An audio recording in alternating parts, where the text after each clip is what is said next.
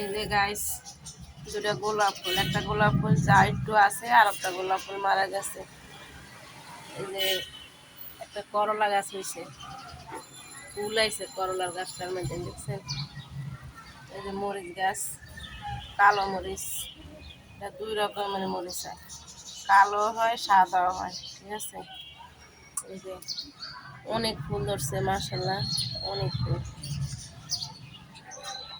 এই যে মিষ্টি আলু গাছ, এই যে বাইরে বৃষ্টি হইব, আকাশের অবস্থা কি দেখছেন?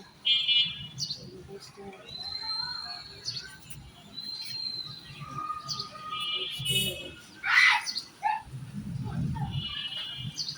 বাইরের অবস্থা বেশি ভালো না।